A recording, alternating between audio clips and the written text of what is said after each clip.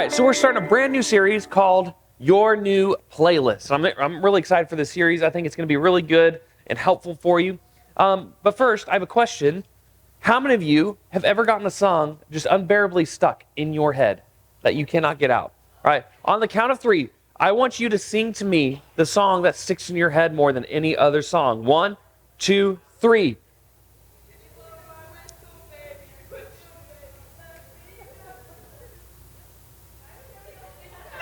I like your bravery, just the one person. Like, it started with like 3 people and then it like dwindled down to just you. That was good. Anybody else? Turn to the person next to you. Tell them the most catchy song that gets stuck in your head that you hate.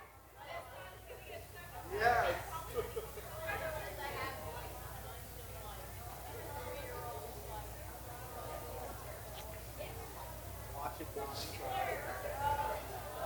My youngest, Asher, is 2, and he's potty training. And so we've been watching a lot of poop songs on YouTube. So I have a lot of poop songs stuck in my head all the time. It's pretty great. Anyway, I won't sing it for you right now. I thought about it really hard just then, and I was like, I'm not going to do that to you. Sit on the potty, sit on the potty, sit on the potty, poop, poop, poop. That's a song. Yep. Look that up on YouTube. Look up the poop song, and you'll get lots of good results of child songs about going on the potty, and they will never leave your head. You're welcome. All right. Actually, did you know there's a scientific word for that phenomenon, something that gets stuck in your head? It's called an earworm. Yes, you know it. Earworm.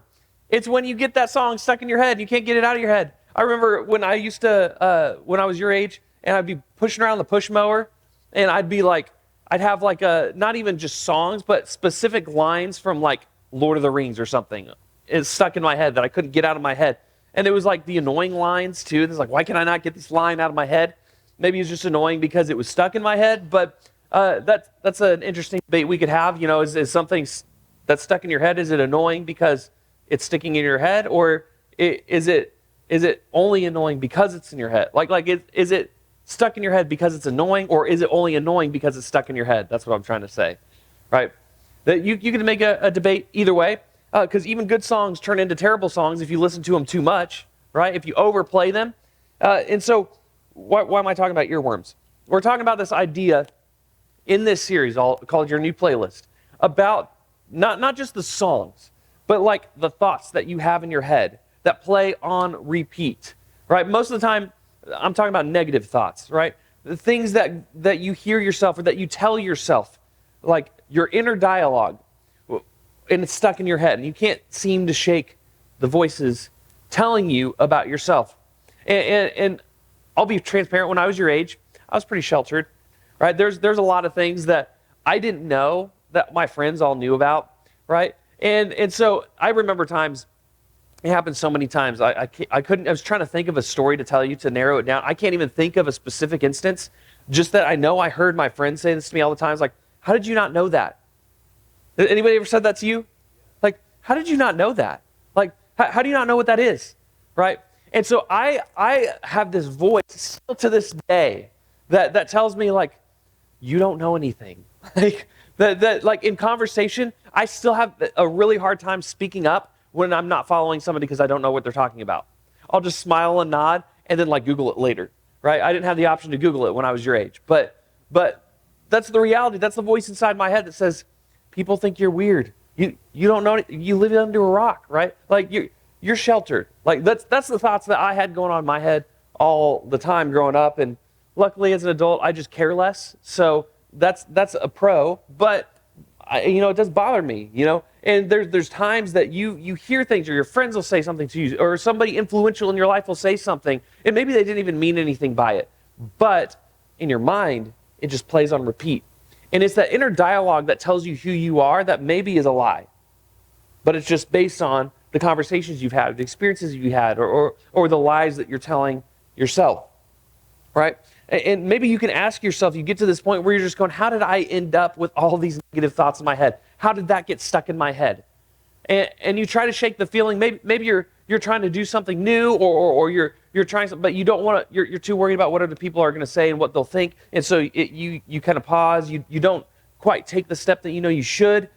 because of those thoughts that are going in your head. Maybe you're trying to do homework. Maybe you're trying to eat dinner with your family. Maybe you're trying to go to sleep. Maybe you're just brushing your teeth. Maybe you're getting ready for the day. Maybe you're just hanging out with your friends. Maybe you're at school in the hallway between classes.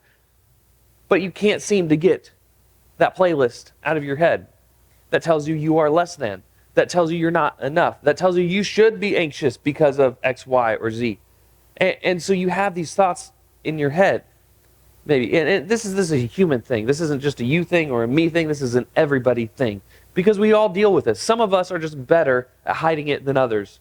Others of us have learned to talk about it with others, and we're all at different points in that journey. But I think what we can tend to do is we get caught up in the negatives. We focus on the negatives, and that includes our inner dialogue, the playlist that runs on repeat in our head. So I want you to turn to somebody next to you, tell them something real quick, a negative thought about yourself you've caught yourself thinking recently, and go.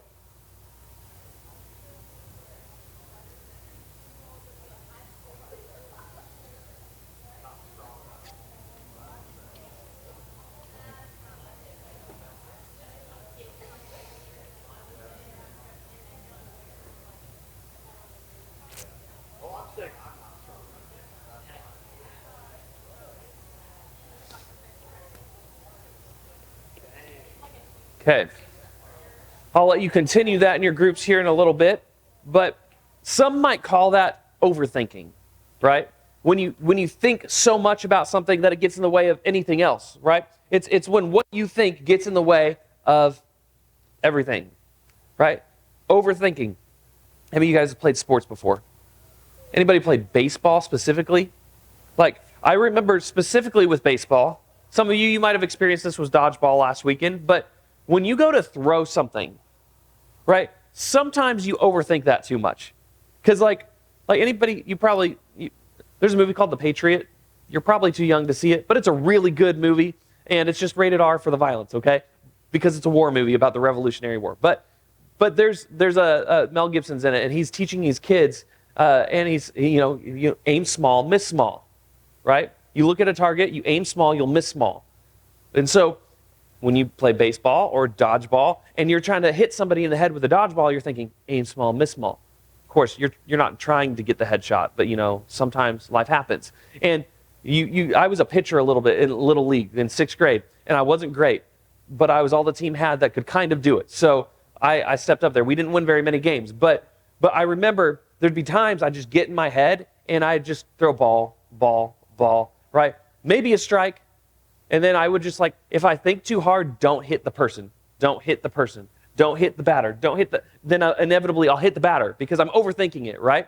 If you just do it based on what you've practiced, what you've repeated, what you've worked on, what you've exercised, and you just don't think about it, you just do it, then you're more likely to do it because you're having fun and you're not overthinking it, right? The same is true in life. We overthink things to the point to where maybe it just cripples us and we don't move at all. Some of us, we actually don't step into the calling that God has for us because we're overthinking it, right? So how do you deal with that? Wouldn't it be nice if you could just stop it? If you could just turn that off? Like back in the day when you had to put a different CD in or a different cassette tape, right? Records are coming back. What do you just take that record off and put a new one on, right? But we can't. We can't just shut off the thoughts in our mind. It's a process. It takes time. It takes transforming the way that you think, right? And it's not as easy as just turning it off or don't think about it. Stop overthinking it, right? Oftentimes when a coach told me to stop overthinking it, it only made me overthink it even harder because I was overthinking, trying not to overthink. And it's just this angry cycle that repeats, right? So how do we turn down maybe the volume on the negative playlist that plays on repeat in our minds and turn up the volume on actually what's true? Right? Because most of the thoughts that go on in our head, maybe there's a little bit of truth in them. Like maybe you're not good enough. Maybe there's a little bit of truth in that, but it doesn't mean you can become good enough for the team or for the test that's coming up. Or maybe even God's plans for you. Maybe actually it's coming to grips with the reality that I am not enough and I need Him to be the strength when I'm weak. Right? Sometimes there's a little bit of truth to the negative thoughts in your head, but it doesn't mean that it identifies who you are.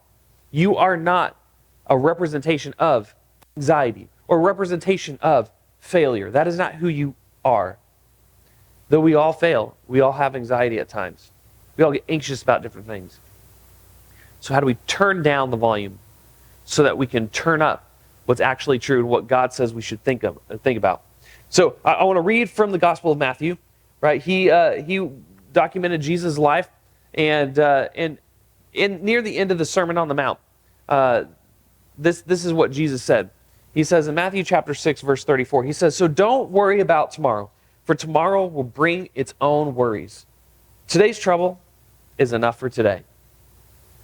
Right?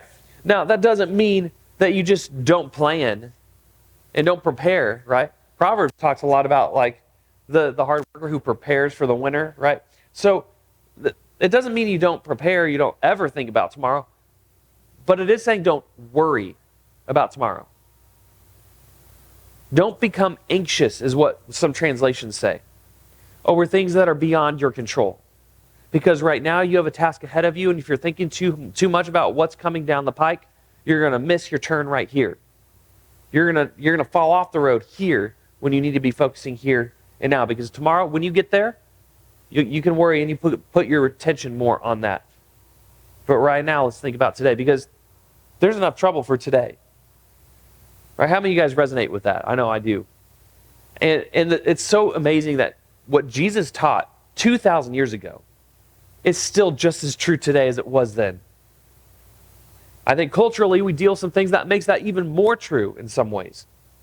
Right? I don't know, but I didn't live 2,000 years ago. So focus on today, because today has enough trouble for itself. Right? You can turn the volume down on overthinking about what might happen tomorrow, because you have enough on your plate for today. And if we take one step at a time, which is what I think the point is, if we take one step at a time while putting our faith that God will prepare the way for us in the future, that's how you live a peaceful life. Because at the end of the day, when you practice your life by that, you're not putting your faith in yourself anymore at that point. Sure, you can do the things you can to prepare, but you're not putting your faith in yourself and your abilities. You're putting your faith in God to take care of you like He promises He will. There's a difference there. It's what you're putting your faith in. So how do we turn down the volume on tomorrow's worries and up the volume maybe on today's concerns? You create your playlist, in other words. You create the playlist for what you're going to turn up and turn down and what you're going to listen to. Now, how practically do we do that? That's what we're going to be talking about over the next 5 weeks in this series. So we're going to get a little bit more into the weeds on this as time goes on.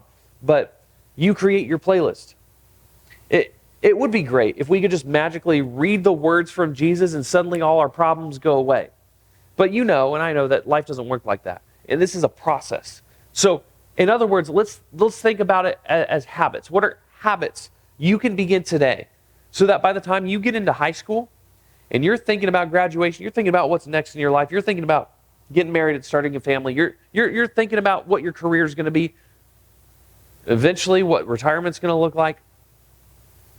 What if we instill habits now that makes it so that when some of those really big life decisions come up down the road, we can live a little more at ease, because the playlist running in our minds is more centered around God's truth and His plan for us than it is our own plans, which God changes all the time.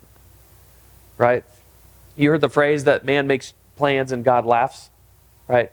It's this phrase that means, like, obviously we can plan and work and stuff, and it's good, but just hold it with open hands, because God's going to probably change it, or He's going to reroute you based on, His plans for your life. And so it's going to take time, but there's habits that you can start now that will affect your ability to be able to handle this down the road. And the you a month from now could feel totally different than the you right now if you start practicing today, turning up the volume on a new playlist. Jesus says this just a few chapters later. He says, "Come to me, all who are weary and burdened, and I will give you" what? Rest. "Take my yoke upon you and learn from me, for I am gentle and humble in heart, and you will find rest for your souls. For my yoke is easy and my burden is light." Now, some of you might be thinking what I thought when I was your age and read this is, why is Jesus talking about eggs, right? But this isn't like egg yolk, right? This is a yoke. Like I got a couple pictures for you. This is like what a yoke is. And back in Jesus' day, more people were farmers and dealt with cattle and would understand this a little better than we do today, because we don't see this kind of thing in our everyday life. But it was a piece of equipment that you'd put on to your cattle or to your animals, and it would help them, especially if they're pulling the plow or something like that. It's a heavy burden if you're trying to do it yourself. But when you have the yoke on, which attaches you to somebody else, it helps you walk in lockstep, and you're stronger together than you are apart. So it's like Jesus saying, hey, I'm with you. My yoke is easy and my burden is light. In other words, when you face things in life, it's like Jesus coming next to you, putting his arm around you and saying, all right, you ready? We're going to do this together. Because you don't have to do it on your own. You are attached to him. And he walks you through it. He walks with you side by side. And that's what makes it easier. And so in the same way that animals share that heavy load through the yoke, Jesus is saying, I take part in your heavy load. I will carry the burden. But you have to walk with me. And that's the reality. When it all comes down to it, we have to lock ourselves with Jesus. We have to follow in step with him instead of trying to do it all our own way. Instead of trying to listen to what everybody else is saying. Listen to what the world has to say about you. Right? Some of you just need to get off of social media, because everything you're seeing there is the exact opposite of what God is trying to teach you in your life. Right? His yoke is easy and his burden is light if we attach ourselves to him. So you create your playlist. My question for you is, what are you overthinking in your life? What is it that maybe you're overthinking, putting too much stock in, or overthinking to the point that it cripples you? Or overthinking because you're afraid of what people will think, rather than just doing what you feel like you're called to do? Right? What is it that you're overthinking in your life? You guys have that piece of paper with you and your pens. I want you just to take a minute real quick, and I'll just give you a quick minute. I want you to think about what it is in your life that you're overthinking, right? We're going to come back to this in a minute, but I want you to just write it down. If you don't want people to see what you're writing, draw a picture or something that only you know what it means and the people around you don't. That's fine. If you don't want to share it, that's fine. But write something down that represents what it is that you tend to overthink. When you guys look at what it is that you wrote, what it is that you're overthinking, there's 3 questions I want you to ask yourself. And this is a practice that you can do all the time when you're trying to evaluate your thoughts, all right? Which is something you should do if you don't. If you just passively walk through life and you don't think about what you're thinking about, or where they're coming from, or how useful they are to you, then that's probably a red flag. But here's some questions that you can ask yourself, 3 questions when it comes to the thing you wrote today. And this is, again, a practice you can do moving forward. 1, is this thought true? Right? What you're overthinking, is it true? Because it might not be. Secondly, is this thought helpful? Is this thought that you're having, is it actually helping you to move forward? Or is it keeping you stuck? Is it keeping you crippled? Is this thought helpful? And lastly, is this thought kind? Right? Because maybe there's a little bit of truth. Maybe it's kind of helpful as you gain self-awareness, but is it kind? Is it something that you should just tell yourself all the time? Right? You're an awkward nobody who doesn't know what anybody's ever talking about, right? Am I a little awkward? Maybe a little bit. Do I not always follow what people are talking about? Sometimes. Is it kind to me to just repeat that over and over again? Is that going to help me at all? No, it's not. So think through those 3 questions, all right? Is it helpful? Is it true? And is it kind? And if the answer is no, then you need to turn the volume down on that. You need to turn the volume down. And here's how, right? I've been asking this question the whole time. How do you turn down those negative thoughts so that you can hear the real ones? You can hear the good ones, maybe I should say. Right? It's very simple, but again, it takes time. You have to replace those old playlists with a better one. You have to replace the thoughts that you don't want to listen to with thoughts that are worth listening to. Some of you, I remember when I was your age, and people would talk about, like, my pastor or life group leaders, or even my parents would say things like, hey, you shouldn't listen to, XYZ music or music by this person or that person, because it'll influence you. It'll influence your thinking, right? And then for me, this is what I would say is like, oh, yeah, I mean, maybe, but I just like the beat. I'm not really paying attention to the lyrics, right? Anybody ever heard that? Or maybe you've told yourself that, right? Here's the reality, okay? I could speak anecdotally and talk about my own personal experience of, like, I know when I got to be a sophomore, junior in high school, and I started listening to secular radio rather than the Christian radio station in my hometown, my thinking changed. I started thinking about different things, right? And it wasn't just coincidence. Whenever I would stop listening to that kind of music and I'd listen to other music, Christian music, my thinking would be healthier, okay? So I could tell you anecdotally about that. But what's kind of cool is, like, scientifically, they've proven this to be the case time and time again. There's lots of studies out there that talk about and show about, like, people who listen to XYZ music are more likely to be promiscuous, or more likely to struggle with depression, or more likely to struggle with anxiety. People who listen to this kind of music are more likely to feel more optimistic about life and more encouraged and more uplifted. Like, there is a difference. So, like, even what you listen to, what you put in, the media you consume, what's on your phone when you're on social media, what's going into your ears when you put your headphones in and listen to music, that all affects your mood, what you believe, what you dwell on. It has so much to do with your mental health. And I feel like we don't talk about it very much. And it can sound a little cheesy, like, careful what you listen to, but it's so true. And if you guys want to replace the old playlist, you got to turn up the volume on something new. You got to try something different. And so I'd encourage you, if you're one that likes to listen to music and you don't really give a whole lot of thought to what you listen to, and especially if what you listen to is not Christian or uplifting, right? Then I encourage you, look up the lyrics. Okay? You'd be surprised how much you miss just passively listening to something, and you see what it's actually saying. You're like, oh, I didn't realize how terrible that was, right? Look at the lyrics and then replace that with something that you know is going to be true and positive and uplifting and encouraging to your life, and is going to remind you of what God says is true about you, rather than what the world says to focus on, right? I love what the psalmist says in Psalm 94, verse 19. He says this. He says, when doubts fill my mind, your comfort gave me renewed hope and cheer. So when we have those negative thoughts, when we have our minds filled with all kind of anxiety or all kinds of stuff of overthinking, God's word literally will give us hope. It will cheer us up, and it will make us feel renewed. So replace that old playlist with an updated one, with a new one, right? So actually right now, I want you to take a look at your paper and what you wrote or what you drew, and I'm going to give you the opportunity to replace that negative or unhelpful thought with maybe a new one. Write or draw something that represents this psalm. So actually, if you go back to that psalm, we're just going to leave that on the screen for a minute. And I want you to get creative. If you're not a creative person, maybe just write out the psalm around, like in a circle, what you wrote down that you're overthinking or the negative thoughts, right?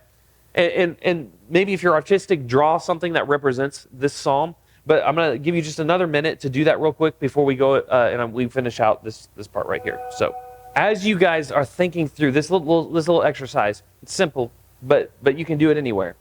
As you literally cross out the negative thoughts to replace them with new ones, I want you to be reminded that you create your playlist, right? You set the groundwork for the habits, for the ways of thinking that you want to carry with you moving forward. And so I encourage you, as we embark on this journey for the next few weeks, about replacing our old thoughts with new ones, about more closely aligning ourselves with Christ as we go throughout our daily schedules, our routines. Some of you are super busy, some of you are not busy at all. How can we take what we've been given and align it more closely with Jesus? How can we attach our yoke to Him? We can be under His yoke rather than our own troubles and worries all on our own.